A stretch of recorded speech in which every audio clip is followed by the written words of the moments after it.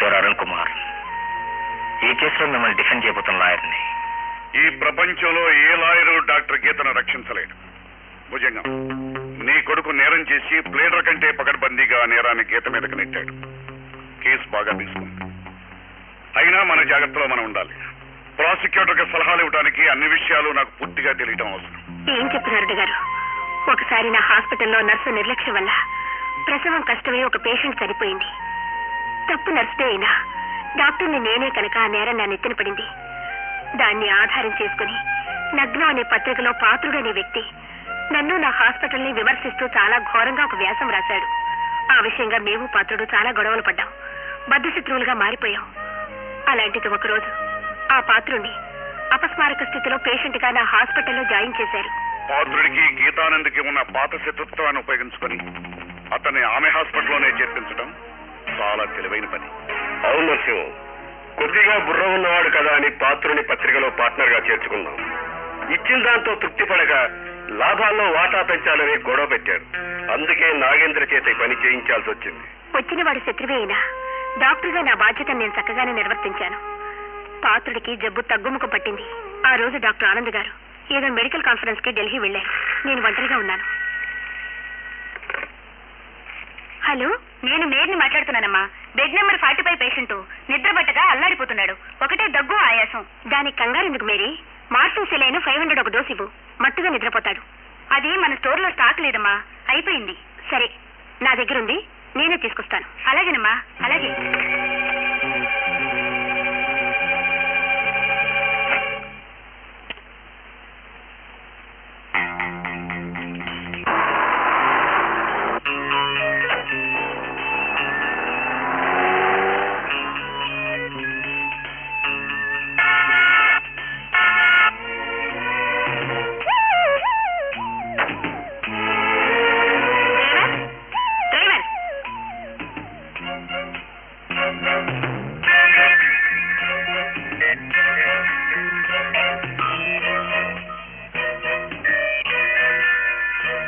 ఎక్కడికి వెళ్ళాడబ్బా?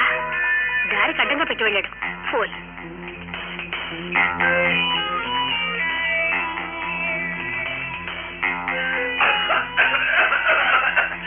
అమ్మా, నిద్ర పట్టడం లేదమ్మా. ఒకటే దగ్గు, ఆయాసం. ఏం పర్వాలేదు. ఈ మందు కొంచెం తాగండి, బాగా నిద్ర పడుతుంది.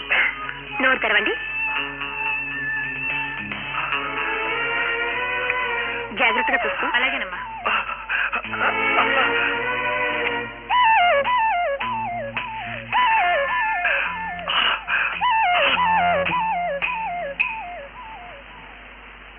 అమ్మా, ఆ పేషెంట్ చనిపోయాడమ్మా. Well done my boy. ఆ సీసాలో ఉన్నది విషం. నర్సు చూస్తూ ఉండగా గీత తన స్వహస్తాలతో పాత్రుడికి ఇచ్చిన విషం. అందుచేత గీతకు ఉరిశిక్ష పడ్డం ఖాయం. మిలాద్, ఈ కేసులో విచారింపబడిన సాక్షుల సాక్ష్యాలను బట్టి ముద్దాయి డాక్టర్ గీతానంద్ పాత్రుడు అనే నగ్నం పత్రిక సంపాదకుణ్ణి కక్షతో విషమిచ్చి చంపిందని నిస్సందేహంగా నిరూపించబడింది.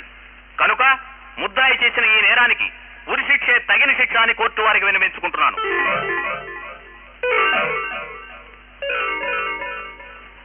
మిలాద్, నేను మిస్సెస్ గీతానంద్ తరఫున డిఫెన్స్ లాయర్ని అయినా ఆమె ఎలాంటి నేరమో చేయలేదని చెప్పడానికి సాహసిస్తే అంతకన్నా తెలివి తక్కువతనం వేరే ఉండదు. మిలాద్, ఈ డాక్టర్ గీతే పాత్రుని చంపింది. ఐ డూ రిపీట్, ఈ డాక్టర్ గీతే పాత్రుని చంపింది అని ప్రాసిక్యూషన్ వారు చేసిన అభియోగాన్ని నేను ససేమిరా అంగీకరించనని కోర్టు వారికి నొక్కి ఒక్కాని చెప్తున్నాను. Milad, this is most ridiculous. చంపింది నేనే కానీ చేతులు మాత్రం నావి కావు అన్నట్ట వెనకట్టుకో తెలివి తక్కువవాడు. You're right my dear public prosecutor. మందిచ్చింది డాక్టర్ గీతే కానీ అందులో ఉన్నది విషం కాదు కాదు కాదు. అది ప్రాణాలను కాపాడే మందు మందు మందు మాత్రమే నొక్కి ఒక్కాని చెప్తున్నాను. గరళ కంట్రి కంఠం మీదున్న మచ్చల కోర్టులో అందరి ముందు కొట్టొచ్చినట్టు కనిపిస్తుంది ఈ విషపు సీసా. ఇందులో ఉన్న మందే డాక్టర్ గీత పాత్రుడికిచ్చింది.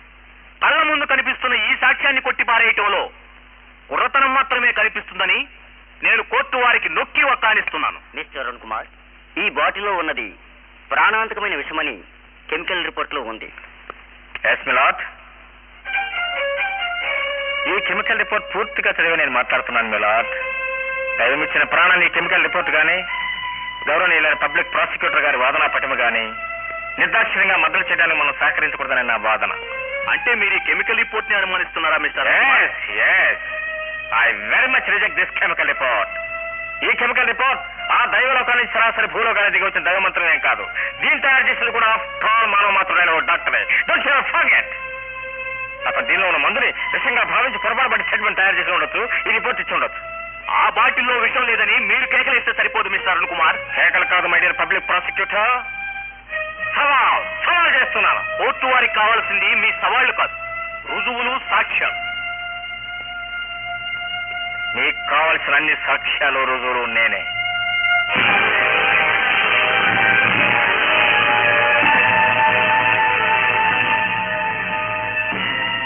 మిలాడ్, ఈ బాటిల్లో ఉన్నది విషం కాదని చెప్పడానికి నిదర్శనం ఒక్కటి చాలనుకుంటాను.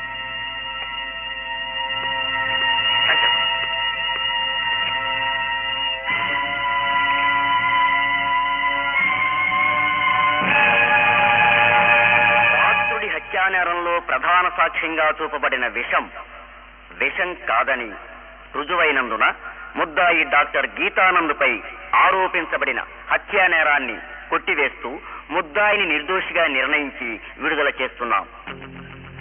Congratulation sir. Thank you mister Arun. Congratulation. Congratulation sir. Congratulation sir.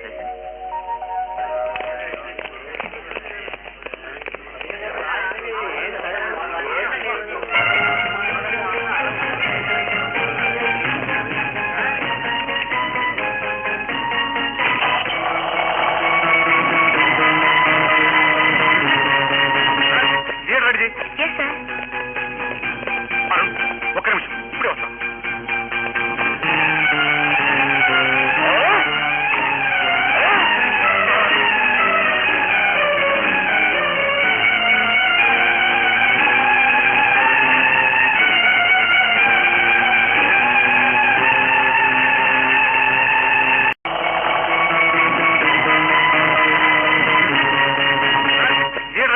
Yes, sir. Arun, ఒక్క నిమిషం, ఇప్పుడే వస్తాను.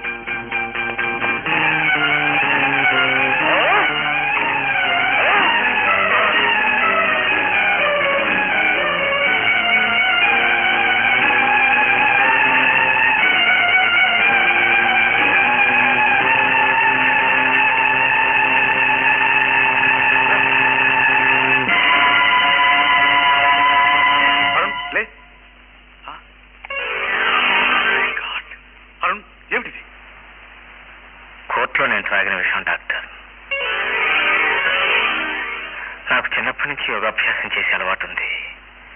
అందుకే ఆ విషయం గొంతులోంచి కిందకి దిగకుండా ఆపు చేయగలిగాను. అయినా ఎక్కువసేపు బిగబట్టాను కదా, అందుకే తల ఎందుకని తిరిగి. మంచిది, మన జాగ్రత్తలో మనం ఉండాలి. నమ్మకం చేస్తాం. లేరు అన్నీ ఇక్కడ థియేటర్లో ఉన్నారమ్మా.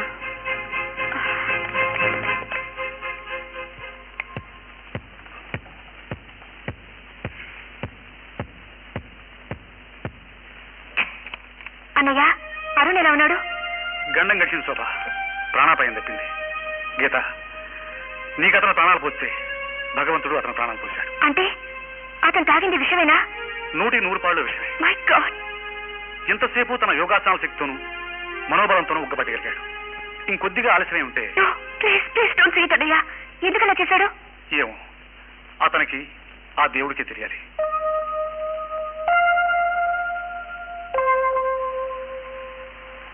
Arun, your lucky. Doctor, thank you.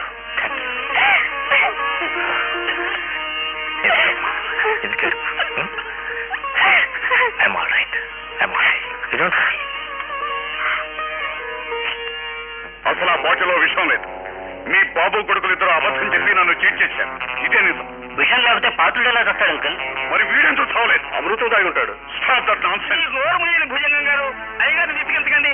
ఆయనకు మూడు అవుట్ అయితే నాకు మారు పగులుతుంది. ఆరో ప్రాణమిని నువ్వు ఆఫ్టర్ ఆల్ 500 రూపాయల కోసం ఉద్యోగం చేయడమా? సరే, 500 కాదు, నేను నీకు నెలకు 5000 ఇస్తాను. పిలిస్తే పలుకుతూ ఎప్పుడూ నా కళ్ళలోనే కదులుతూ ఉండు. ఓకే? మై డియర్ కుబేర కుమారా, దానం చేసే శక్తి తమకున్నా దాన్ని స్వీకరించే శక్తి నాకు లేదు. Darling, yes my sweet darling, నేను నీ దాన్ని అయ్యేంత వరకు 5,000 కాదు 5 పువ్వులు కూడా తీసుకోను. ఏంటి మీరు చేసేది? మిస్టర్, ఇది పవిత్రమైన కళాశాల గాని కామశాల కాదు, మీలాంటి పశువులు పొరడానికి. ఉండండి, ఇప్పుడే ప్రిన్సిపాల్ రిపోర్ట్ చేసి మిమ్మల్ని డివర్ చేస్తాను.